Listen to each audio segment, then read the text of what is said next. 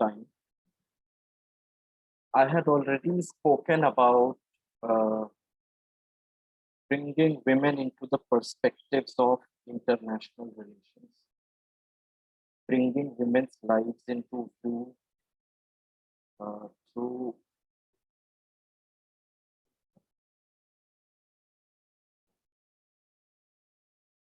bringing women's lives into view through gender sensitive research. I think we talked about it in the last class. From now on, we will go a bit at a faster pace for your syllabus because I know we are stuck with Unit 1. However, I do understand that Unit 1 is complex, technical, and standard because it is more difficult to understand topics in Unit 1 as compared to other topics in other units, which we will do faster now. Because I know that there are, this time, usually semester 2, the curriculum and syllabus of international relations is long and lengthy, right? So don't worry about it. These are the basics, even if they are taking time. Okay.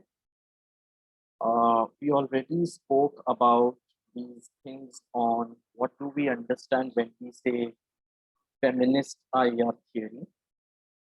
What are the different streams of feminist IR approaches? What are the main feminist IR texts? How women are related to a notion of war and peace. We discussed it last time. How man is related or relegated to a public realm and woman to a private realm. Yeah. Then we also spoke about feminist IR scholarship. Then we concluded with concepts of gender. That how gender, I think you will do gender in detail probably in sociology. You have done it in first semester or also will do in this semester. It's a sociological construct. Okay. So that's how we understand better what gender is, right?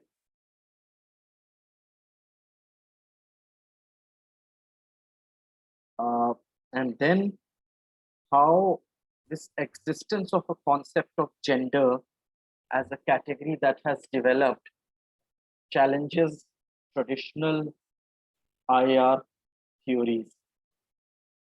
Okay, how do they do that? Mainly because the mainstream international approaches or the mainstream international IR theories have excluded women's lives and experiences from their field of inquiry.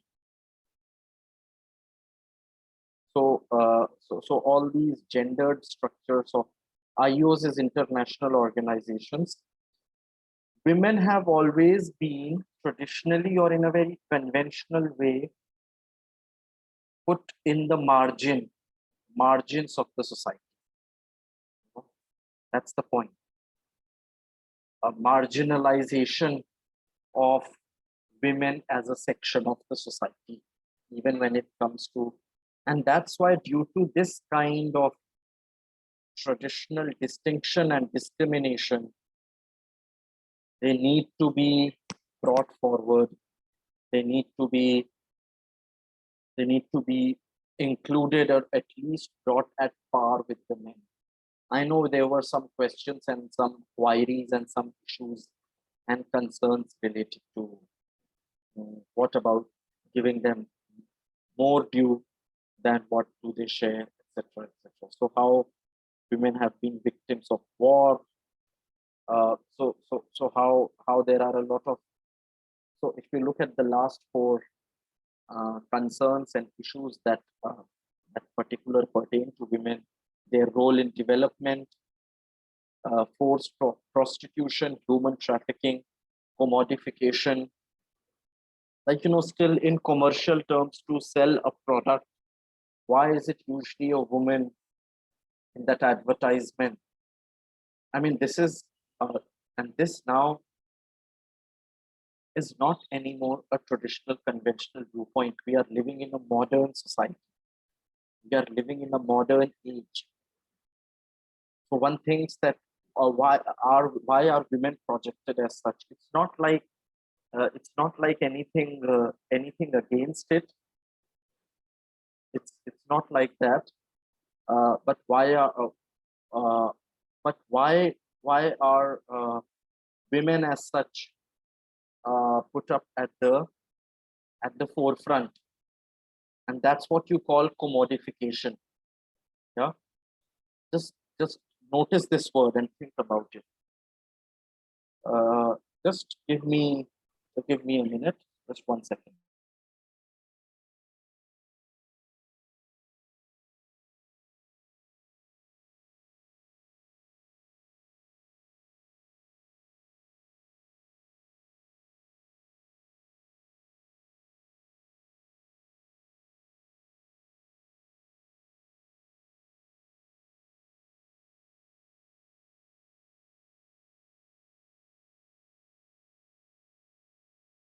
Yeah, sorry.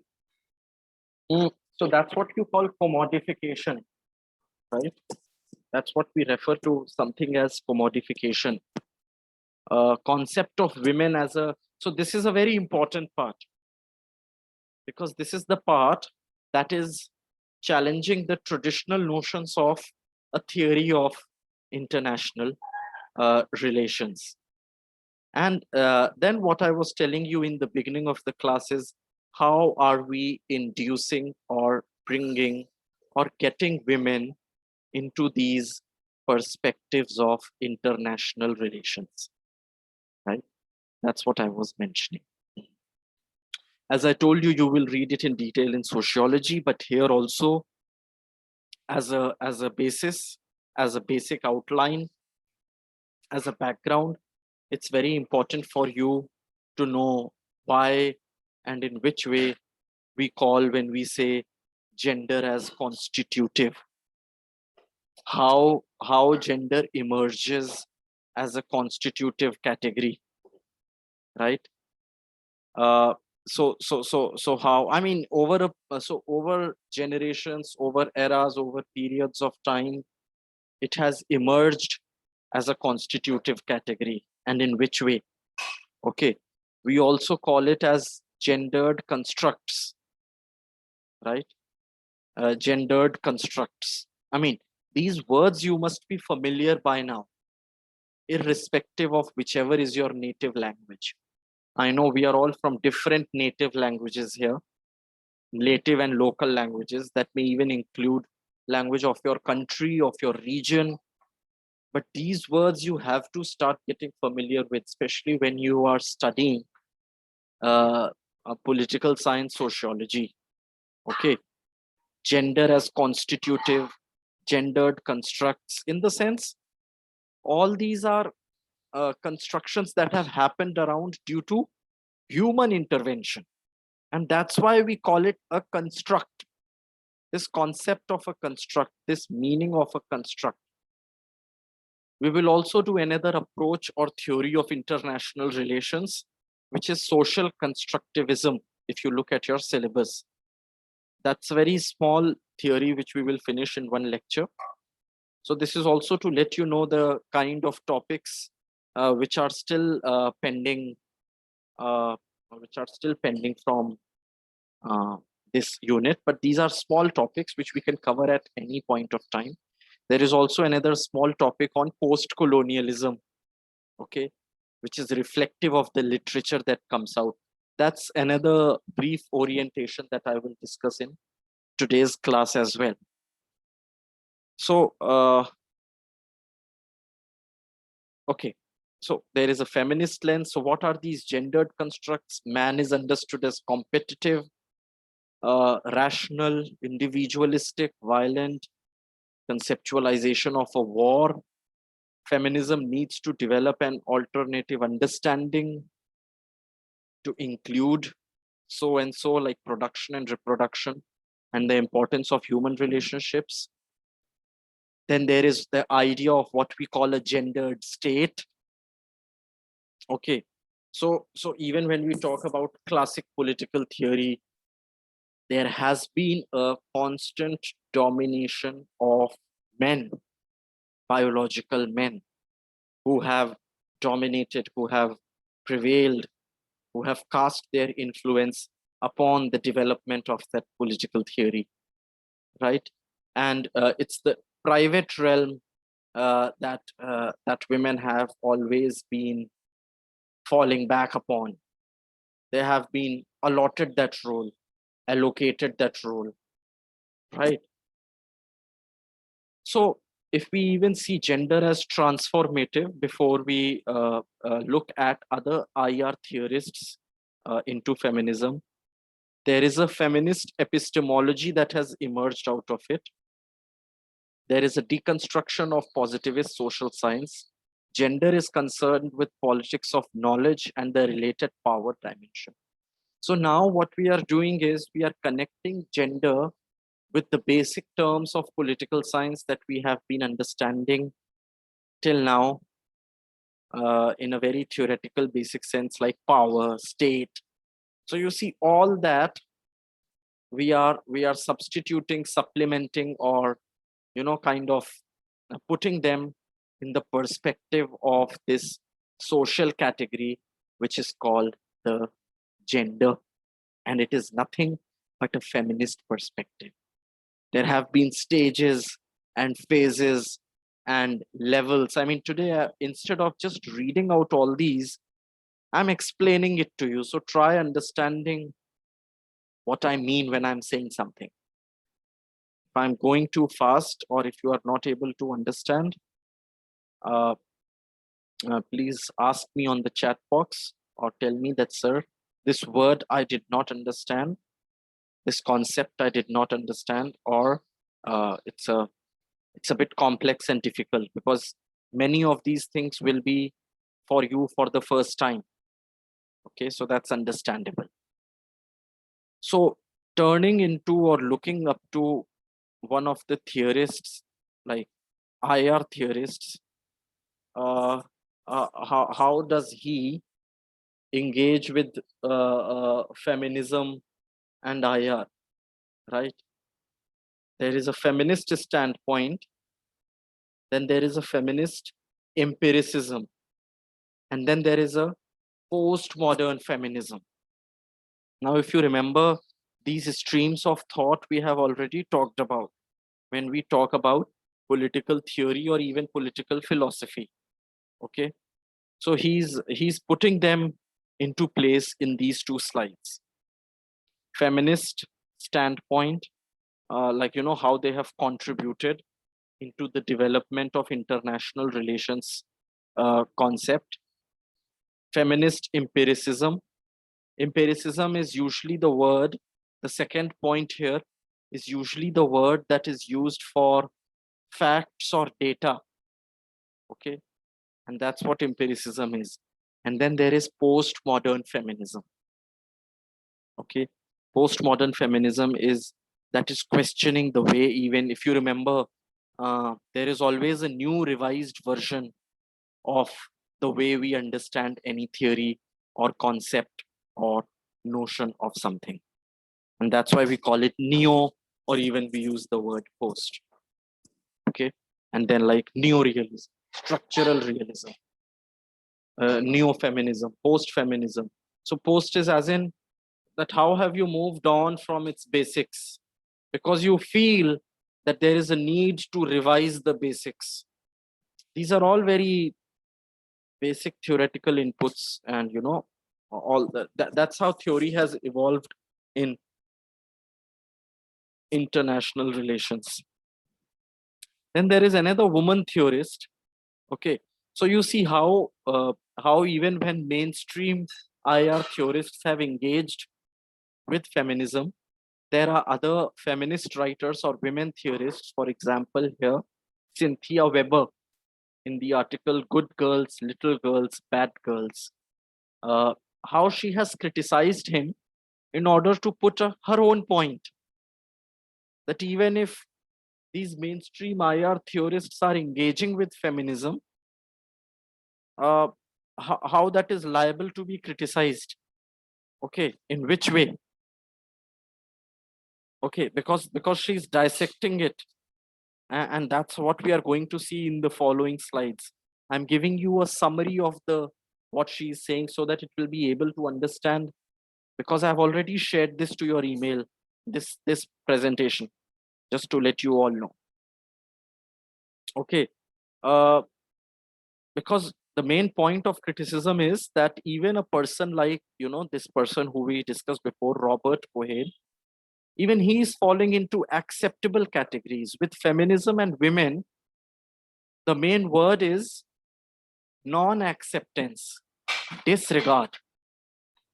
You just do not accept the way the notion of power has been given to you, or the way the notion of power has been imposed upon you. This is very basic, and this is what refers to what feminism is. This is what real feminism is, when we are even understanding what the feminist approach, or what the idea is, when we are talking of a feminist perspective into international relations, right? That's one.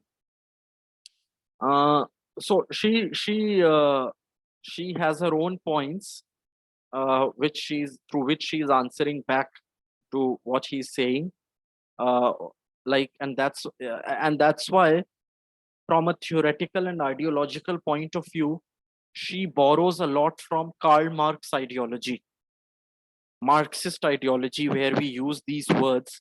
Actually, all these are words that were used by Karl Marx: commodification, and the other word that is used here is fetishization.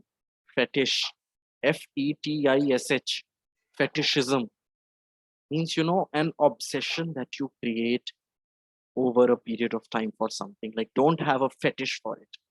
Like, if you want to eat one particular fruit every day, or eat one particular food every day, and that's why Karl Marx was right.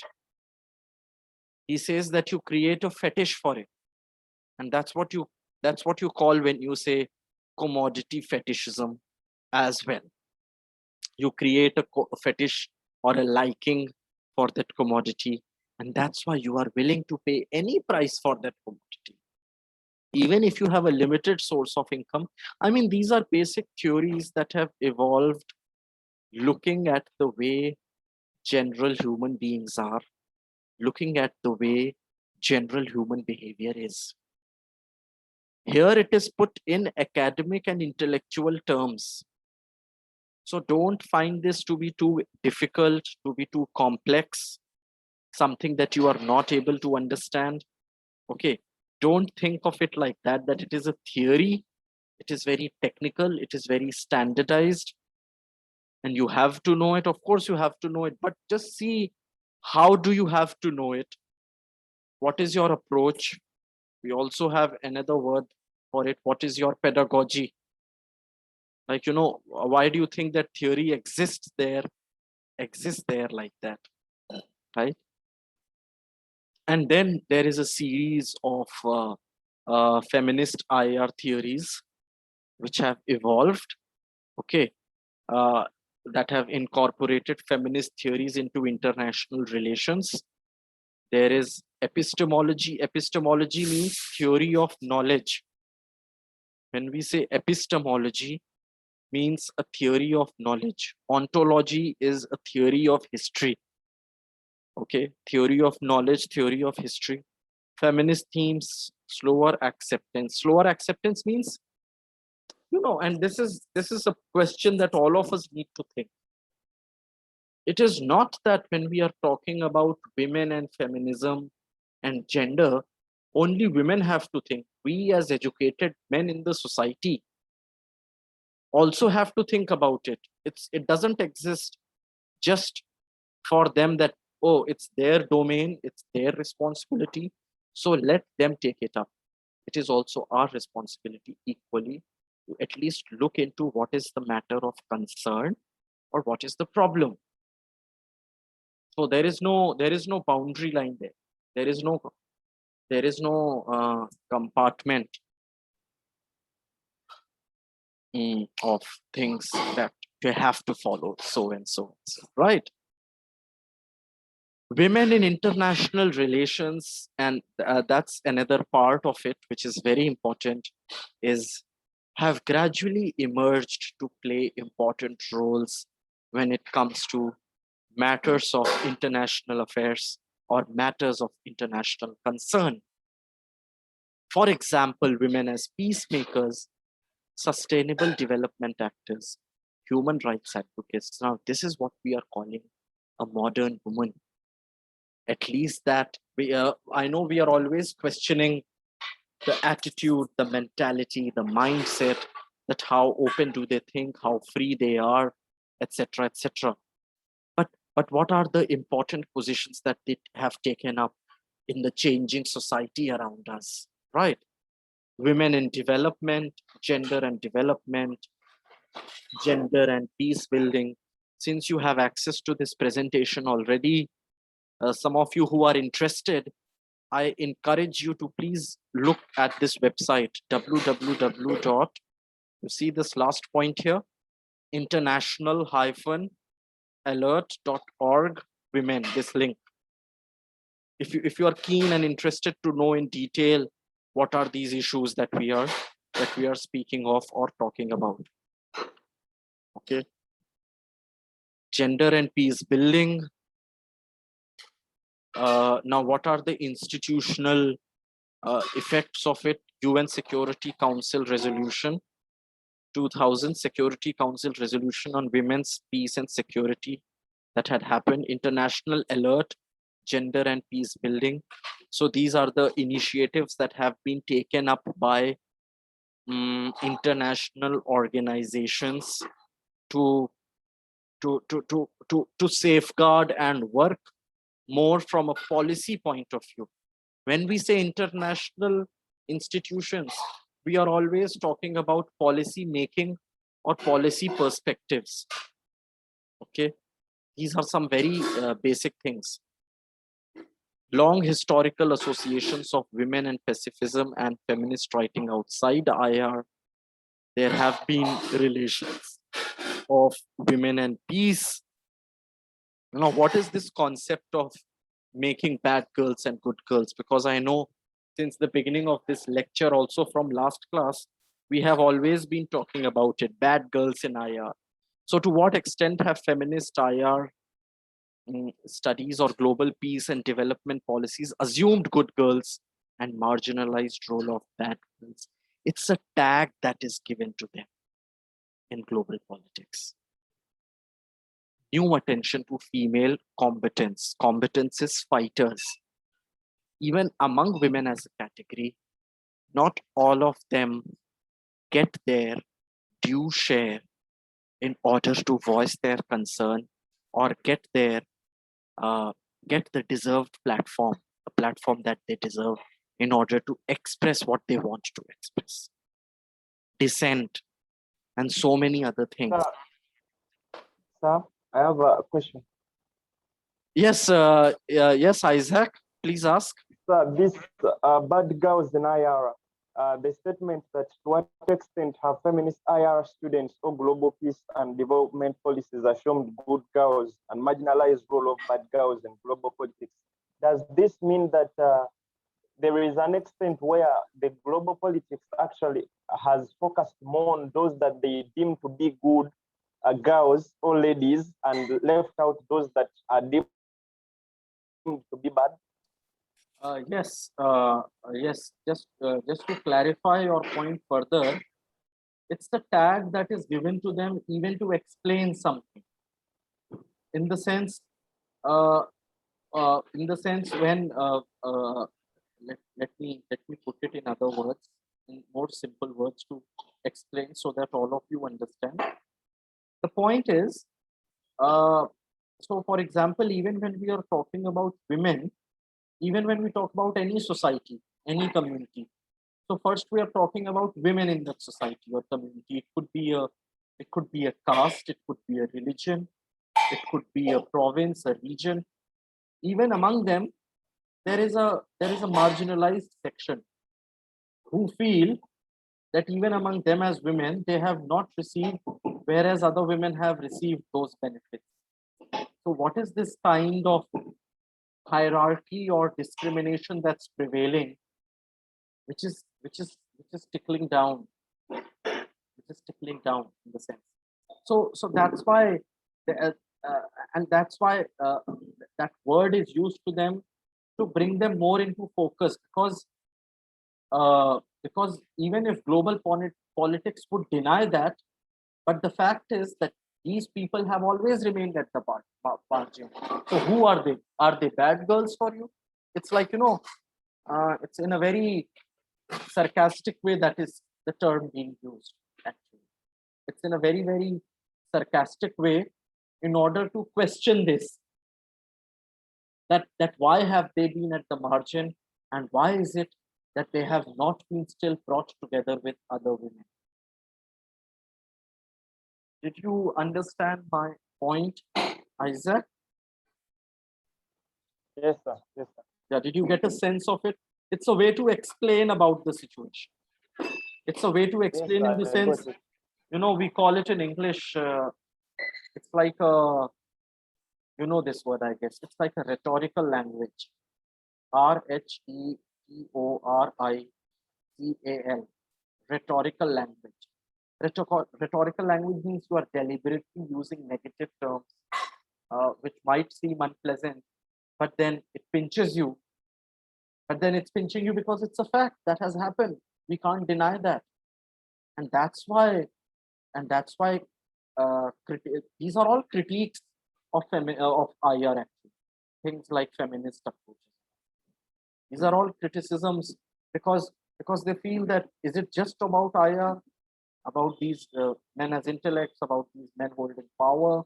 I mean, still it becomes a news in so many countries when a woman is leading the country. These days there are many important leaders all around the world who are women, in corporate world, in political world, and so many prime ministers in countries, if you see.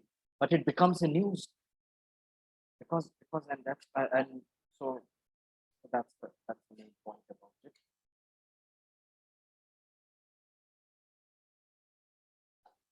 So how do you make bad girls good girls, is that how over a period of time the society has constructed this notion of bad girl, good girl, and little girls. Now, what are these little girls? Little women skewing longing for action of war. Uh, so uh, a second, sewing in feminist thought. Then you will understand what is sewing is. Like stitching, knitting. Okay. So again, this is another role. If you see in movies, if you see in societies, not only in India, in so many countries, why is it only women who are doing it? Now that's the point. Now, when we are about to discuss about feminism, is it almost everything and everything and anything that we are questioning about the body language, the eating habits, and so many other things? So you see, an activity like sewing is knitting. Hindi में we call it no bunna, sweater bunna, kapde bunna, silai machine, silai karna. That's what. So virtual girls suing in women's oppression, rebellious girls rebelling against sewing, policy language of empowerment versus emancipation, post-feminist knitting as hobby, sewing as emancipatory occupation. This has happened a lot in the Indian context. Now, when we are saying sewing as emancipatory occupation, so it's like a cultural context. So if women have been doing that activity, let's take that up and convert it into something productive. There are many NGOs, non-governmental organizations, who have got these rural and village women together and kind of given them some space, created avenues for them. There are so many initiatives in a huge country like India, in the interior of the villages. Emancipatory occupation, that's a very interesting word, actually. So it means a work that makes you realize that you feel free about it. It's something that is related to your life so far, and it is still helping you, giving a certain kind of, what we call self-employment. Self-employment, because increasingly with the changing society, coming in of this pandemic since last year, still the future, we don't know the future, how it is going to affect us. All these questions do come to us when we speak of all these things. I've been really speaking continuously today. I started on time as well. Got a very interesting question from Isaac, but I hope all of you understood what I said in my class today. Okay, about, I hope now, by now, you know what all this is: feminist approach, feminism. What about women? What is their role? First, you read it, and please complete reading it today, this presentation, so that tomorrow when I complete, you can ask me some interesting questions, and then I can even do other small topics and introduce them to you. Collectively, I'll send you material for the entire unit, 1, unit 2 at least, by this weekend, so that now we have to be on track. There is no looking back. Because, and yes, please start looking at your syllabus and start thinking of the topics of your project. I know this project is in second phase, but I don't want any delay this time, and I will not accept the project if there is a delay, because if there is a delay, what you end up doing is copy paste, and this will not be acceptable at all from now on. You must be knowing your seniors are second year and third year students are having a tough time now revising their entire project, because all their projects, most of their were plagiarized. There has to be no rushing about it. So please start thinking. First unit, you are familiar with the basics by now. Look at your syllabus. Okay, I opened a copy of it here. Tomorrow also we have a class, then we can discuss if there is. So look at your syllabus, look at these modules, think of a topic. You have to do your own project this time. We will tell you the guidelines and rules, but even the quotations that you use cannot be more than 30%, because you know that quotation comes in the plagiarized text, if it is. So please unmute your, oh, now I saw some chat. Okay, there was a small question. Okay, Henry, I saw your affirmation. Isha was asking, what is the meaning of Athenian state form? Good question, Disha. We will do this in detail in semester 6, but just to let you know briefly, it basically refers to Greek democracy. Greek democracy, because democracy started from Greek city-states. You know, these small city-states. In the present day, Vatican City is a city-state. Okay, that's another thing. We are not getting into it. Vatican City, how democratic it is. Maybe not. But a city-state like Athens is where democracy had all started. So, Isaac, are you present? I'm present, sir. Varda? Present, sir. Yagnesh?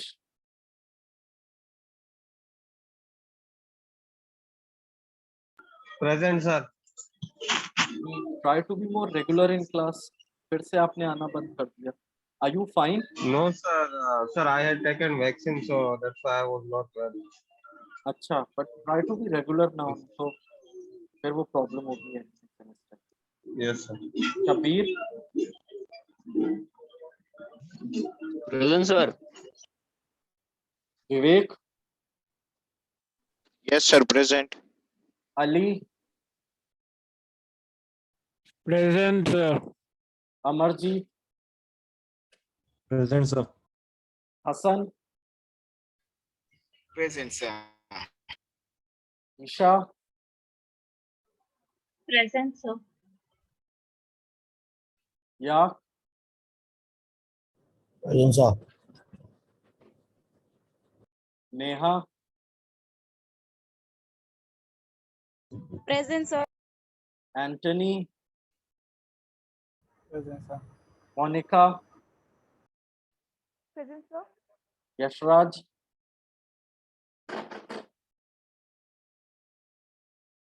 Present, sir. Ayush, Present, sir. Henry, Present, sir. Jiten, Present, sir. Moses. I'm present, sir. Okay. I think Humphrey came in very late, but I again don't see him here. Is he having internet problem? Just talk to him. And he also tried to come very late. Shabir, did you also come late or you got locked out in between? Because suddenly I saw you also entering in the middle of the class. Shabir,